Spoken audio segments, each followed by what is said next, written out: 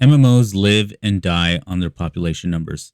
To the publisher, it's a simple profit loss calculation tied directly to the number of people playing the game. And even for those MMOs without a monthly subscription, it's also about how much real money is being spent in the game's shop for things like cosmetics. All of this is to justify new content development and maintenance in the game. For players, it's about having enough population to facilitate the progress of their character at a reasonable pace. Parties to do dungeons, make money on the auction house, get or make crafted items that are useful for you. These take people. So it's obvious if you don't have people in this multiplayer game, it just doesn't function. New World adds another layer of complexity tied to player population in its reliance of faction warfare. In order for benches to stay upgraded, which is a critical component to player progression, both for gear and wealth, a company who owns the territory must invest large sums of gold to do so. They generate much of this income from taxes that are collected, either from people who own houses in their territory or players who craft and trade there as well. Again, this economy requires people, and as soon as any of the chains die, the core of the game dies with it. You see evidence of this in the lower population servers. I'm talking sub 200 concurrent players at prime time. Generally, one town, maybe two, usually Everfall and Windsward because of their central location, have their benches upgraded and are usually maintained by a single, dominant company on the whole server. Invasions are critical to these towns on the server because it means losing one will downgrade the benches.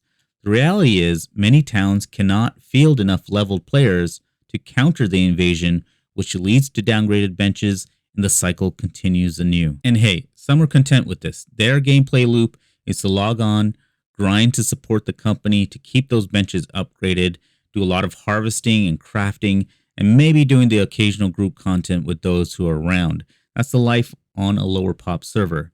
And that's the game to them. But for many, the vast majority by far, require more. So why am I talking about this? Everyone knows New World's population went off a cliff.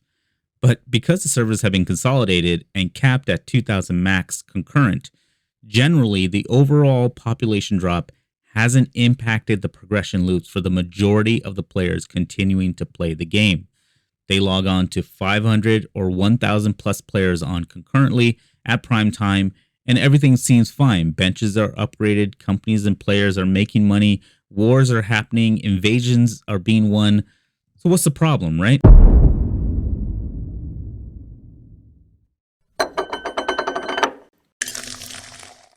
Hansu. Let's get this out of the way. The game industry isn't the only entertainment sector that's impacted by the Northern Hemisphere's summer seasons. And maybe some would argue it's not as bad as something like network television, which always sees a huge drop off in viewer numbers. But make no mistake, games are definitely impacted. It's why you don't see large game titles release in the summer. Most people are enjoying the outdoors or just on vacation away from their homes. The MMO industry in particular, because the median age of the player base is higher than other genres, is actually quite affected. Large content patches generally don't drop in the summer. So what does that mean for New World? I think Amazon Games has actually strategically accounted for the summer drop-off. The PvP arenas are coming soon and will inevitably see a population spike. We saw an almost 4% increase in concurrent players in April due to a major PvE content patch with that Tempest Heart dungeon release. Now, my bet is that we won't see an increase that high for this mainly PvP-oriented patch. If we do, I think that says a lot about the demographics this game draws. I'm sure AGS is watching it closely as well. There's also a new mutated expedition coming, the Depths, which hopefully satiates the PvE crowd in the meantime. That is until the Barnacles and Black Powder expedition can release. That's presumably a lost mob type based dungeon that'll drop in the future. Interestingly enough, this is listed as a summer release, but I highly doubt they would put that out in June or July. If anything, just to give the new mutation and the summer event a bit of breathing room. My best guess here is an end of July or August release for a new dungeon. If New World can make it through the summer, keeping the current pop numbers at, let's say, 12,000 or more, I think that would be okay. Any lower, and I just think there's a real risk that too many people's progressions would be impacted by a lack of players.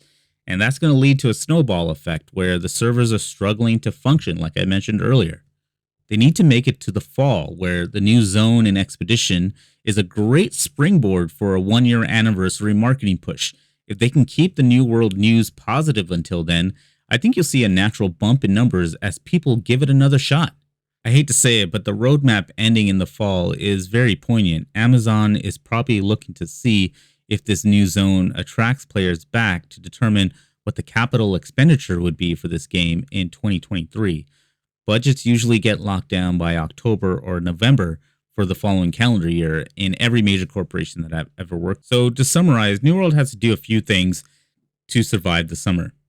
What I mean by survive is keep a healthy server economy going and the player base content and ready for the big zone expansion in the fall. That means arenas really need to knock it out of the park. Now, with no cross-server queues or skill-based matchmaking or even leaderboards, I really worry that it's going to fizzle out. The 3-man sweaty pre-mades will dominate on the servers and be constantly queued against. It's going to turn a certain subset of MMO player off. Also, the recent revelation that there's a daily limit on the salt currency you can earn is just another time gate that will serve to frustrate those who stuck around. I really hope they change their mind on this. Number 2, the summer event has to be compelling enough to make people log in. The winter event was great, but the grind to get all the items was a barrier for many. Hopefully the team took note. Finally, tuning orbs need to go. If you've constantly played since launch, tuning orbs is probably a non-factor for you these days. Though mutation orbs can still be a source of frustration, especially if you've had some bad runs. I know this from personal experience. For returning players, that wall to the content will not be well received. I hope AGS's Group Finder comes with it a removal of tuning orbs like they said they would. The 1 year anniversary for this game is going to be huge. Not only is it a massive milestone, the end of the first year of any MMO is usually where the team finds its stride. The anniversary is going to give the devs a chance to put a fresh coat of paint on everything and market the hell out of improvements and additions they've made to hopefully draw players back.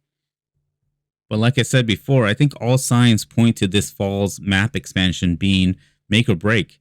If the team can't garner enough interest with all that ammo, then I hate to say it, the game probably deserves to continue being a niche MMO product.